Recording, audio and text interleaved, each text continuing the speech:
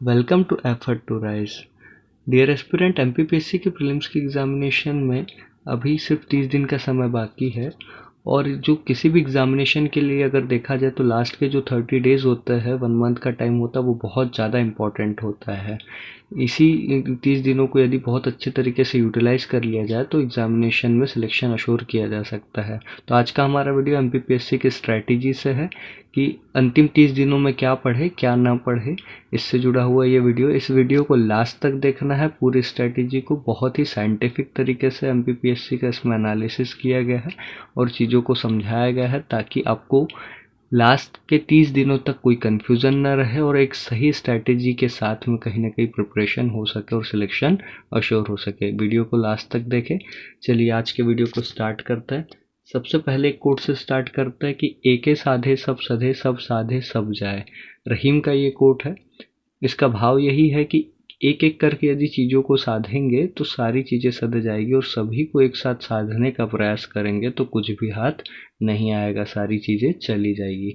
यह कोट बिल्कुल आज की इस वीडियो के लिए बिल्कुल सूटेबल कोट है और एक एस्पिरेंट के लिए बिल्कुल सूटेबल कोट है, क्योंकि लास्ट के 30 दिनों में सबसे ज़्यादा कन्फ्यूज़न होता है कि क्या पढ़े, ये पढ़ना बाकी है, इसको तो पढ़ा था, रिवीजन बाकी है, बहुत सारा कन्फ्यूज़न होता है और स्ट्रैटेजी बार बार बदलती है और अंत में परिणाम ये होता है कि कुछ हाथ नहीं आता है। तो ध्यान रखना है, एक एक करके चीज़ों को 1 बाय 1 सॉल्व करना है, ताकि लास्ट में आउटपुट हमारे फेवर में आए, रिजल्ट हमारे फेवर में आ सके। चलिए चीज़ों को बहुत डीप में समझने का ट्राई करते हैं, बहुत आराम से चीज़ों को समझेंगे। आज के वीडियो में हम सबसे पहले समझेंगे कि एमपीपीएससी का ट्रेंड एनालिसिस करेंगे। 2015 से लेकर 2021 तक के पूरे 7 सालों के पेपर में कौन कौन सी चीज़ें शामिल हुई है, किस प्रकार से ट्रेंड रहा है, किस किस सेक्शन से, किस किस यूनिट से कैसे कैसे क्वेश्चंस और कैसी चीज़ों को पूछा गया है, इन सारी चीज़ों से रिलेटेड हम ब्रीफ लेंगे। इसके बाद में हम देखेंगे कि लास्ट के 30 दिनों में क्या पढ़ना है और क्या नहीं पढ़ना है, किन चीज़ों को इम्पोर्टेंस देनी है, इससे रिलेटेड स्ट्रैटेजी को हम डिस्कस करेंगे। और एग्जामिनेशन के पॉइंट ऑफ व्यू से जो भी इम्पोर्टेंट टिप्स है उनको हम देखेंगे कहीं ना कहीं कि इस प्रकार से कैसे प्रिपरेशन को बहुत अच्छे तरीके से किया जा सके। चलिए सबसे पहले ट्रेंड एनालिसिस की चीज़ों को देखते ही देखिए, यूनिट वाइज हम ट्रेंड एनालिसिस देखने वाले हैं। और इसमें देखिए 2015 से लेकर 21 तक का ट्रेंड एनालिसिस है। यूनिट वाइज एवरेज वेटेज निकला हुआ इस वीडियो में, इसको हम देखेंगे। हमें ये समझना है अगले 1-2 मिनट में कि किस किस यूनिट से किस किस प्रकार से जो है वेटेज के हिसाब से ऑन एन एवरेज क्वेश्चन कितने हैं।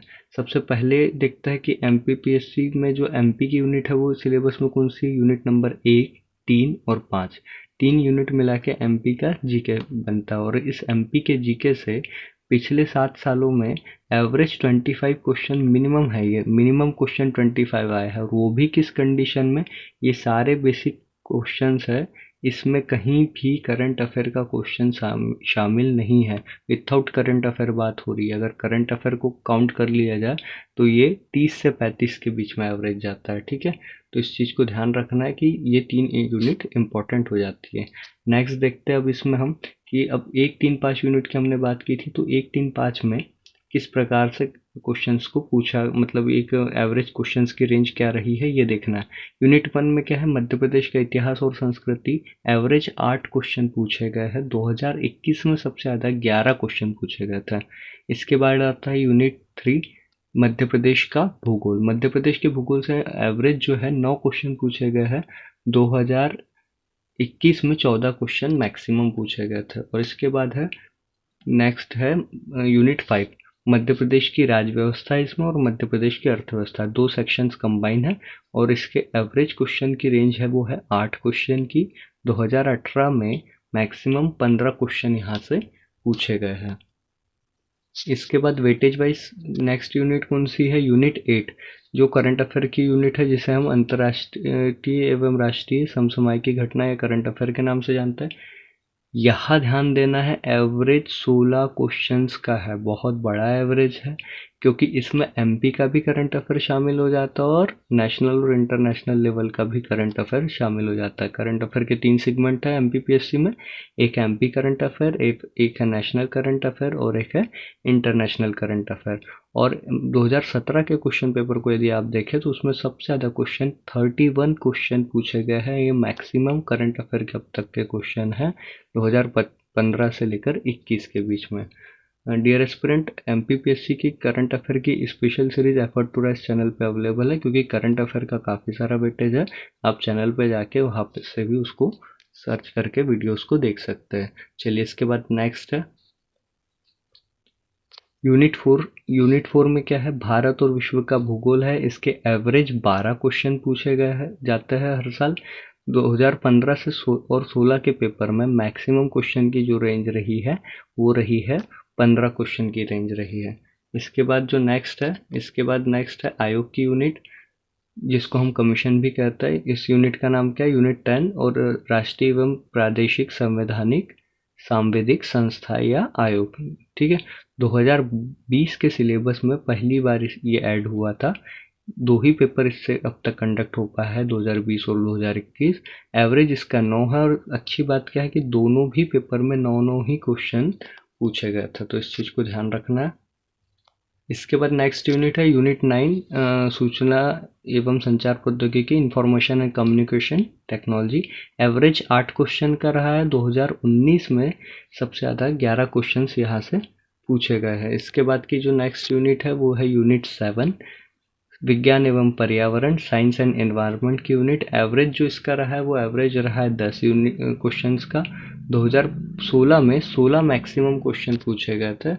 इसके बाद में जो नेक्स्ट है वो है यूनिट 6, और यूनिट 6 में भारत का संविधान और भारत की अर्थव्यवस्था 2 सेक्शन इन्वॉल्व है, पॉलिटी और इकोनॉमी। एवरेज जो है इसके 9 क्वेश्चन का है, और 2016 में मैक्सिमम 12 क्वेश्चन इससे पूछे गए थे। और इसके बाद में लास्ट है भारत का इतिहास यूनिट 2, ठीक है, इंडियन हिस्ट्री। इसमें से एवरेज 9 क्वेश्चन है। 2017 में 13 मैक्सिमम क्वेश्चन कहीं ना कहीं इससे पूछे गए थे। इस हिसाब से हमारी जो लास्ट यूनिट हुई यूनिट 2 हुई, और यूनिट 2 के हिसाब से हमने अब तक क्या है 10 यूनिट को कवर कर लिया। एमपीपीएससी के प्रीलिम्स में 10 यूनिट का ही सिलेबस है। अब देखिए अब तक हमने क्या क्या चीज़ों को कवर कर लिया। साइंटिफिकली हमने चीज़ों को समझा। डेटा जो था एक रिसर्च, कंप्लीट रिसर्च है। वो क्या है कि 2015 से लेकर 2021 के बीच में जितने पेपर्स हुए हैं उनमें एवरेज क्या निकल के आ रहा है यूनिट वाइज, और मैक्सिमम कितने नंबर के क्वेश्चन किस ईयर में पूछे गए हैं। ठीक है, चलिए इसके बाद में नेक्स्ट अब देखते हैं, हम बात करते हैं कि लास्ट के 30 दिनों में क्या पढ़े क्या ना पढ़े। देखिए सबसे पहली बात क्या है कि 30 ही दिन का समय है, सब कुछ पढ़ नहीं सकते, और सब कुछ पढ़ के एग्जामिनेशन निकल ही नहीं सकता। इस बात की गारंटी है, क्योंकि बहुत सारी चीज़ें सिलेबस एक लेवल पे वास्ट है। हमको पार्ट 1 पार्ट 2 में हम 2 सब्जेक्ट में डिवाइड कर लेते हैं, ताकि कुछ चीज़ें छोड़नी पड़े या कुछ चीज़ों को कम पढ़ना पड़े तो भी एग्जामिनेशन क्रैक करने में दिक्कत ना हो। देखिए पार्ट 1 के सब्जेक्ट वो सब्जेक्ट है जिनसे ज़्यादा प्रश्न पूछे जाते हैं और जिनका वेटेज कहीं ना कहीं ज़्यादा है, पढ़ने में थोड़े से ईजी है। देखिए अब देखते हैं कौन कौन सी चीज़ें हैं। पार्ट 1 के सब्जेक्ट में सबसे पहले हम एमपी की बात करते हैं, तो एमपी के 1-3 यूनिट नंबर 1, 3 और 5 एमपी जीके की यूनिट है। 30 से 35 क्वेश्चन करंट अफेयर को यदि एमपी के करंट अफेयर को मिला दिया जाए तो यही से बनता है। इस यूनिट को बहुत अच्छे तरीके से पढ़ना है।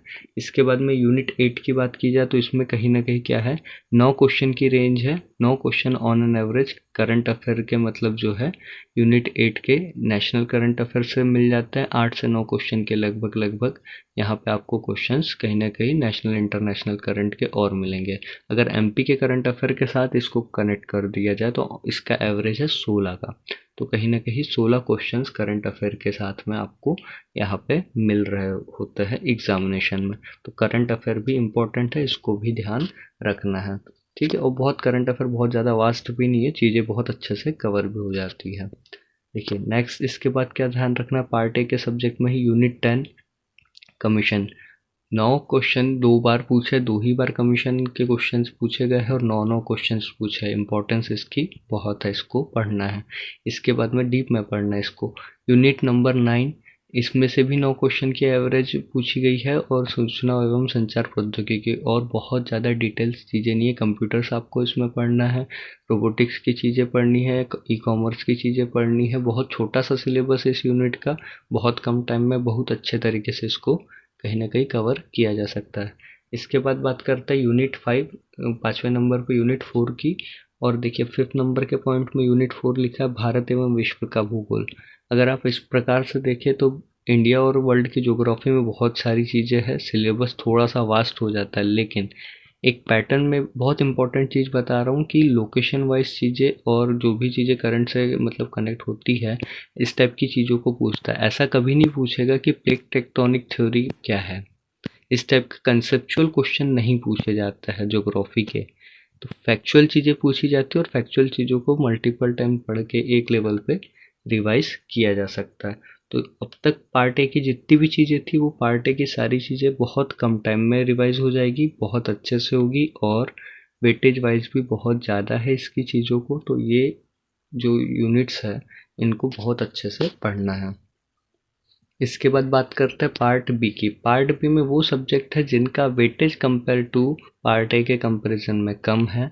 क्वेश्चंस हर साल थोड़े से कंपेयर टू कम पूछे जाते हैं और इसको पढ़ने में आपको थोड़ा सा समय लगेगा अगर पार्ट ए के कंपैरिजन में बात करें। देखिए यूनिट 6 है, इसमें भारत का संविधान और भारत की अर्थव्यवस्था। ठीक है, दो अलग अलग सब्जेक्ट है, एक यूनिट में है, दोनों सब्जेक्ट आपको पढ़ना है। उसके बाद में विज्ञान है और पर्यावरण है यूनिट 7 में।